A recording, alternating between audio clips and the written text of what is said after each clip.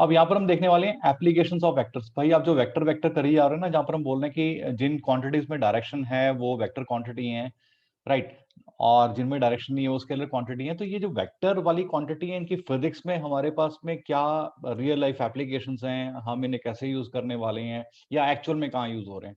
तो ये तीन तीन चार हमारे पास छोटे छोटे एग्जांपल्स हैं। सबसे पहले हम देखेंगे कि पुल आसान है या पुश आसान है। ये पुल और पुश क्या होता है, हम जो वन बाय वन एप्लीकेशन को स्टडी करेंगे, then it will be clear. फिर वॉकिंग को देखेंगे कि जब हम लोग चलते हैं तो वॉकिंग में वेक्टर्स कैसे अप्लाई हो रहे हैं, that is one of the most important thing. उसके बाद हम देखेंगे थर्ड एग्जांपल में इसके अपने दो केसेस हैं। हम रिवर को क्रॉस करेंगे, एक बहती हुई रिवर को क्रॉस करेंगे। रिवर में पानी बह रहा होगा और हम स्विम करके या बोट से क्रॉस करने की कोशिश करेंगे, लेकिन कंडीशन ये है कि हमें शॉर्टेस्ट टाइम और शॉर्टेस्ट डिस्टेंस में कवर करना है।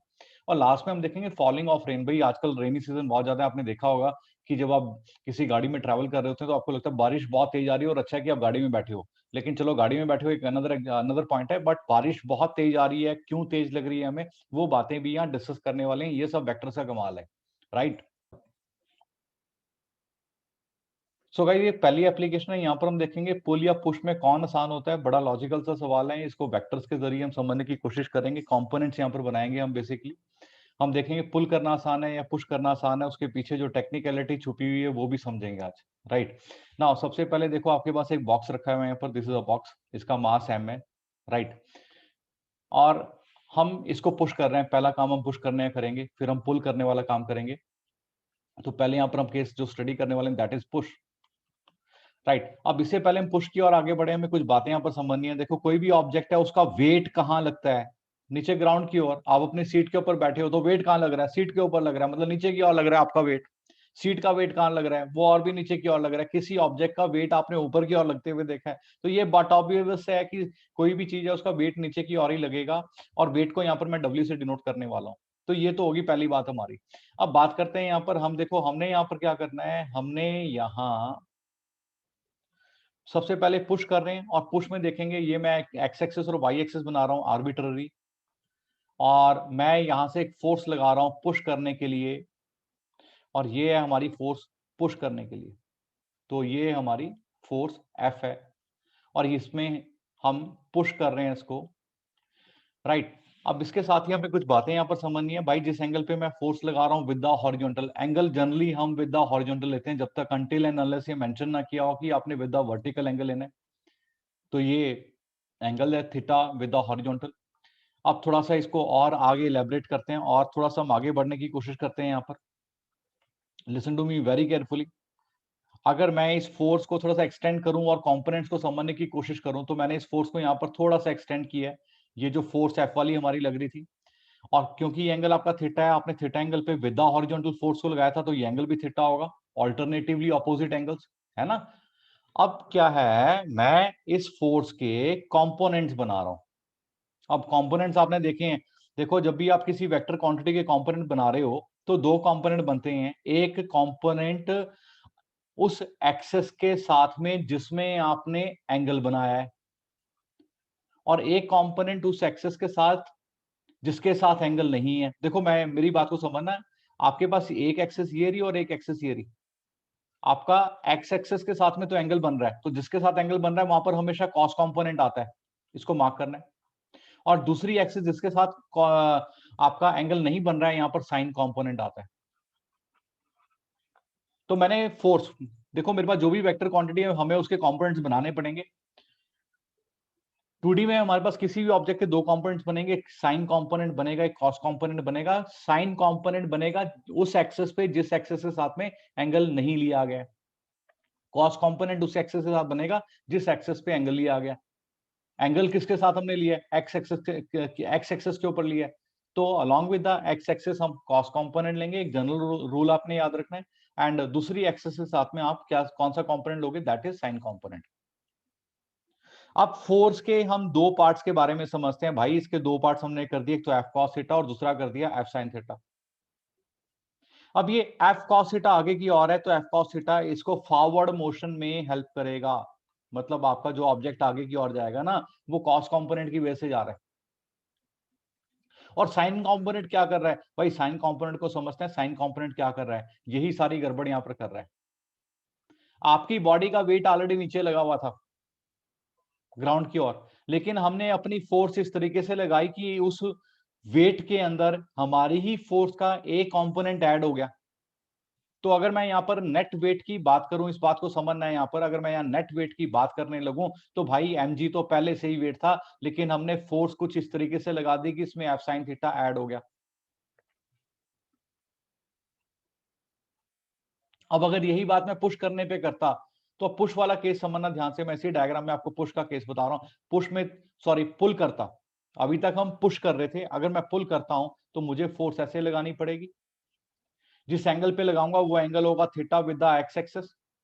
और जब हमें एंगल की प्राप्ति यहां पर होगी, एंगल मिल गया है, राइट, तो अब इसके मैं कंपोनेंट्स बना दूंगा, एक component along the x axis, एक वाई एक्सिस की और ऊपर की ओर। ये फोर्स मेरी लग रही है पुल वाली। ये पुल वाली फोर्स के जो कंपोनेंट बनेंगे भाई, एक तो कॉस कंपोनेंट बनेगा आगे की ओर, एक बनेगा साइन कंपोनेंट ऊपर की ओर। अब जब मैं पुल कर रहा हूं, खींच रहा हूं, तो मेरी एक फोर्स का कंपोनेंट ऊपर की ओर लग रहा है, तो ऐसे केस में नेट वेट जो बनेगा, एक बार इसको हम स्टडी कर लेते हैं।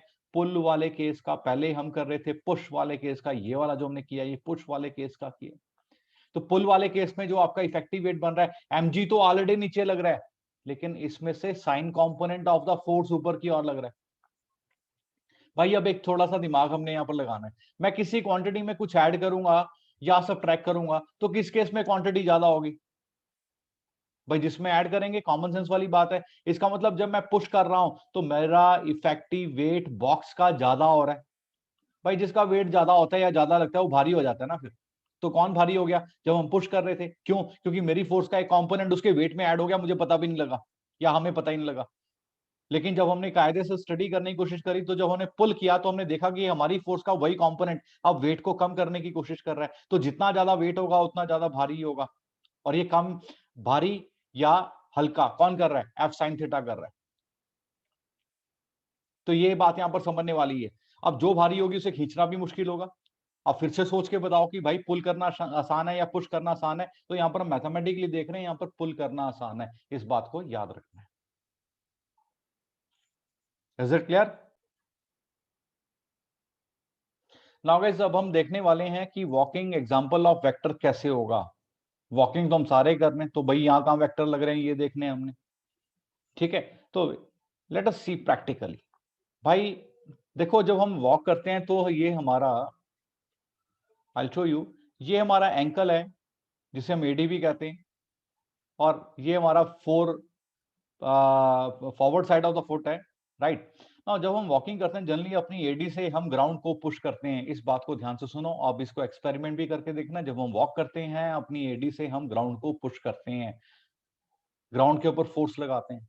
अब ग्राउंड तो पुश होने से रहा, ग्राउंड का एक रिएक्शन हमें मिलता है। आपने सुना होगा to every action there is an equal and opposite reaction. तो जैसे हम ग्राउंड को पुश करते हैं, ग्राउंड हमें पुश करता है, ऐसे समझ लो।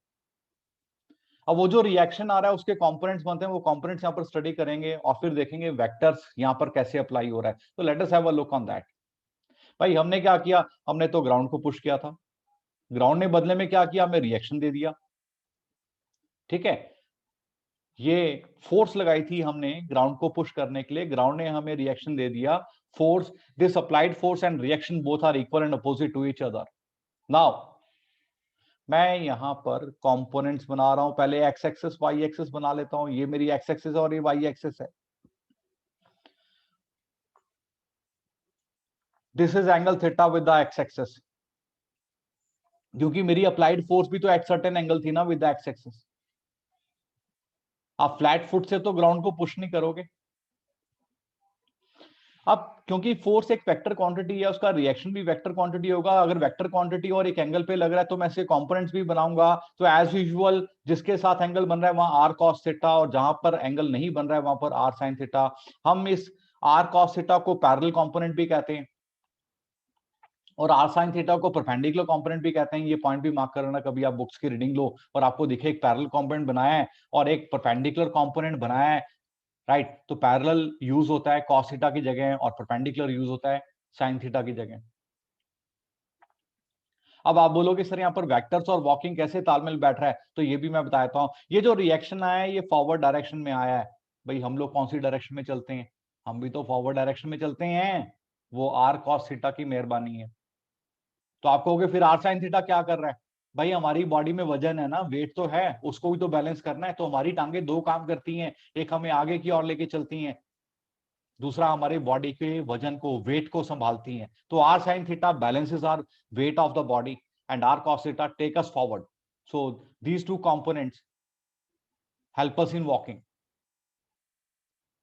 I hope my application of vectors as a, like when explaining this walking as an example of vectors, this must be clear. Now heading on to the third application, यहाँ पर हम देखेंगे crossing the river. यहाँ देखो दो case हैं इसी example के, एक इन शॉर्टेस्ट टाइम है, एक इन शॉर्टेस्ट डिस्टेंस है। ये केसेस हमें समझने, लेकिन उससे पहले यहाँ पर हम एक रिवर को समझ लेते हैं। रिवर आपकी कैसे फ्लो कर रही है? भाई ये हमारे पास में एक रिवर है, it is flowing in the direction of this arrow. ये जो आपको एरो नजर आ रहा है, इस डायरेक्शन में रिवर फ्लो कर रही है। और रिवर की जो वेलोसिटी है, बिल्कुल आपका एक प्रॉपर स्ट्रीम के जरिए प्रॉपर एक तरीके से पानी फ्लो कर रहा है, इसमें कोई रैंडमनेस नहीं है। ओके, तो यहाँ पर जो वेलोसिटी ऑफ द रिवर है, इसको मैं VRIVER ऐसे शो कर रहा हूं। और ये वेलोसिटी ऑफ रिवर, रिवर की डायरेक्शन में, जो मैं एरो यहाँ पर दिखा रहा हूँ, दिस वन, इस डायरेक्शन में आपकी रिवर फ्लो कर रही है। अब मुद्दा क्या है, मुद्दे की बात करते हैं। Let us talk about the main issue here. भाई हमारे पास में यहाँ पर एक पॉइंट है ए,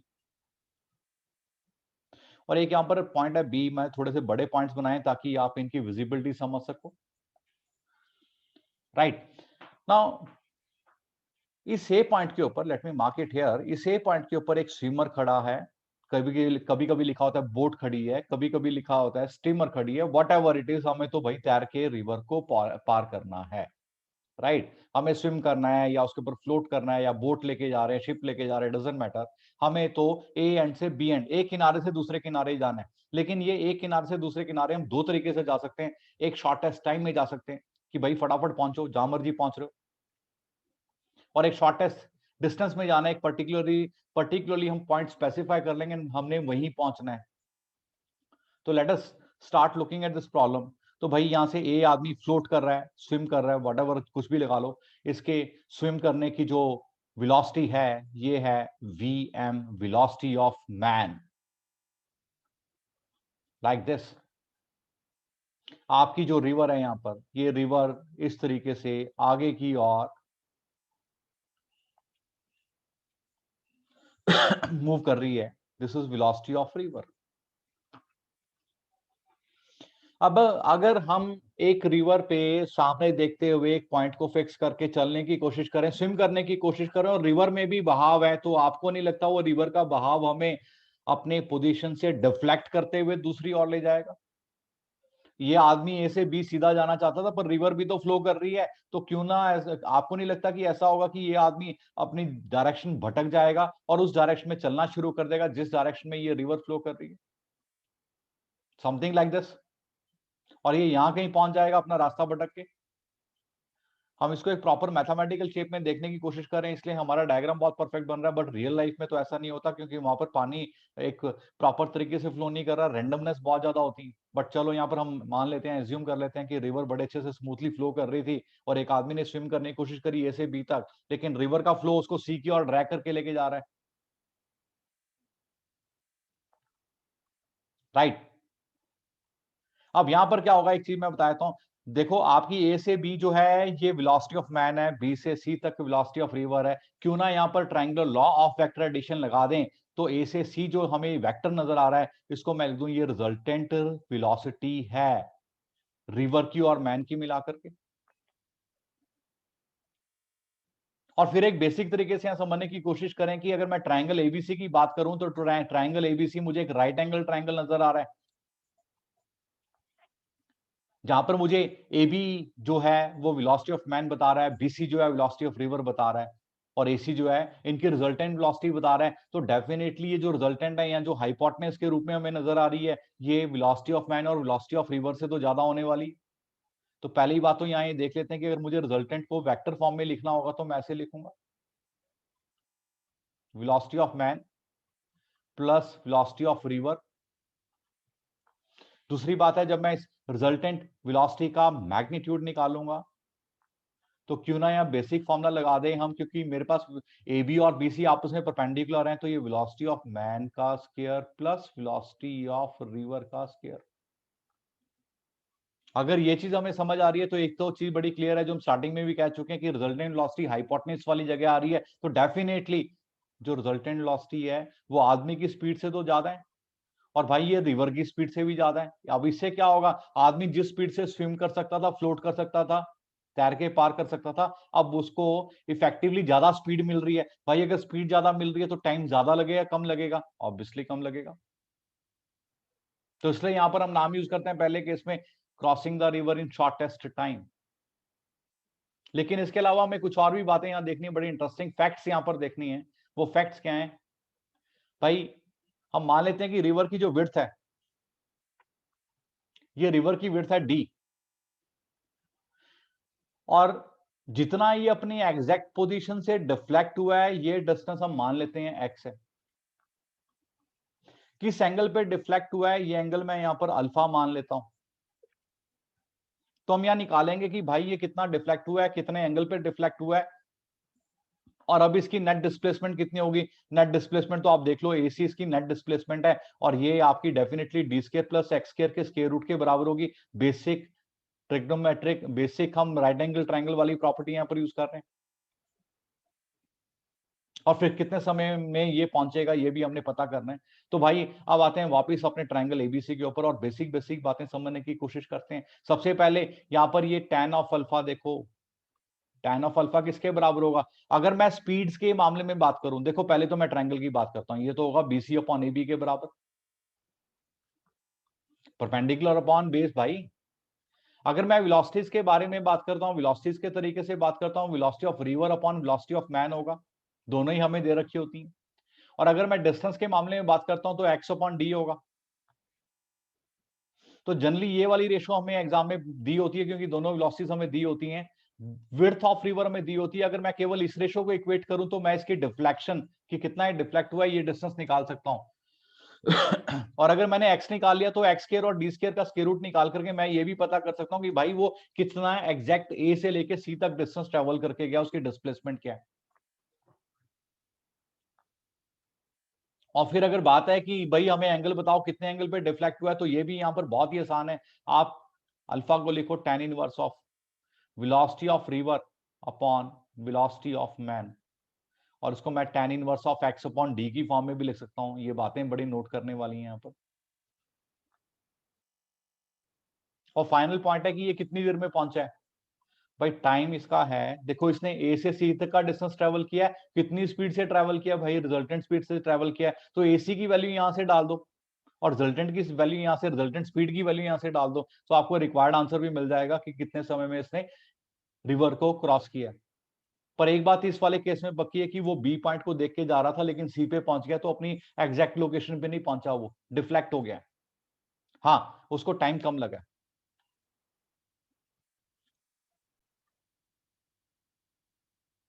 अब इसका दूसरा केस हम देखते हैं, crossing the river in shortest distance. का क्या मतलब है?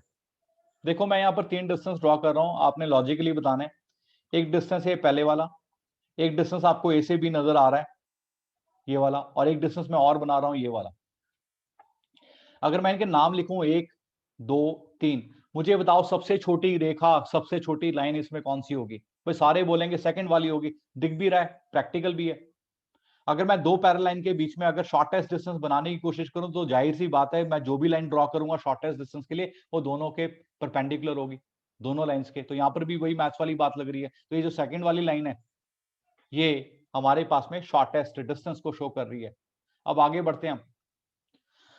अब ए पॉइंट से एक आदमी ने चलना है शॉर्टेस्ट डिस्टेंस में, उसने रिवर के उस पार जाना है तो डेफिनेटली बी पे पहुंचना है। और रिवर हमारी इस तरीके से फ्लोट कर रही है, इस तरीके से हमारी रिवर की जो फ्लो है इस तरीके से है, इट इज शोन हियर जैसे पहले थी। यहां पर इसको मार्क कर देते हैं, हाईलाइट कर देते हैं, ये हमारी रिवर फ्लो कर रही है ऐसे। अब ये जो ए पॉइंट से आदमी स्विम करना शुरू करेगा, फ्लोट करना शुरू करेगा, तैरना शुरू करेगा, बोट लेकर के आएगा, इसने बी पे पहुंचना है। और इसे ये भी पता है कि रिवर का फ्लो इसकी डायरेक्शन तो पक्का चेंज करेगा, लेकिन देखो यहाँ कंडीशन नहीं कि मुझे कम समय में पहुंचना है, मुझे तो भाई कम से कम डिस्टेंस में पहुंचना है, टाइम चाहे सारा दिन लग जाए, doesn't matter to this person. तो ये अपना एक पॉइंट यहीं से लेके चलेगा, ये कहेगा मैं सी को देखते हुए चलूंगा, मेरी बोट का डायरेक्शन जो है वो सी की तरफ होगा, अगर रिवर का फ्लो आएगा भी तो थोड़ा और डिफ्लेक्ट करेगा तो मैं बी पे तो पहुंचूंगा ही। तो देखो कितने कैलकुलेशन के साथ में आदमी चल रहा है। तो यह आदमी इस तरफ अपनी गाड़ी चलानी शुरू करेगा, अपनी बोट चलानी शुरू करेगा। सी से बी तक जो आ रहा है ये वेलोसिटी ऑफ रिवर है, हमें दिखाई दे रहा है। और ए से बी तक अब ये रिजल्टेंट वेलोसिटी बन जाएगा। यहां पर फिर से आप वेक्टर एप्लीकेशन लगा दो, triangular law of vector addition लगा दो रिजल्टेंट निकालने के लिए। तो पहली बात है आपका जो रिजल्टेंट है ये बनेगा velocity of man plus velocity of river. लेकिन यहां पर एक चीज का ध्यान रखना है कि आपकी जो ए बी है इस ट्रायंगल की, वो अब हाइपोटेन्यूज नहीं रही। और दूसरी बात, ये शुरू से ही एक एंगल अपने माइंड में लेके चल रहा था, एंगल अल्फा, सी को देखते हुए चल रहा था, मेरी बोट सी पे जाएगी, लेकिन रिवर ने क्या किया, बी पे लेके आ गई, पर इसने तो बी पे ही जाना था। So this guy made the use of the flow of the river. Now काम की बात पे आते हैं। अब हमें ये पता करना है कि ये इसको टाइम कितना लग रहा है, इसकी इफेक्टिव वेलोसिटी कितनी है। मैंने एक बात यहां पर बताई है कि अब जो रिजल्टेंट वेलोसिटी है ये हाइपोटेन्यूज नहीं है, राइट। तो मैं यहां पर एक काम करूंगा, हाइपोटेन्यूज का स्क्वायर माइनस बेस का स्क्वायर। बेस समझ रहे हो ना, वेलोसिटी ऑफ रिवर है, हाइपोटेन्यूज देखो यहां पर वेलोसिटी ऑफ मैन है।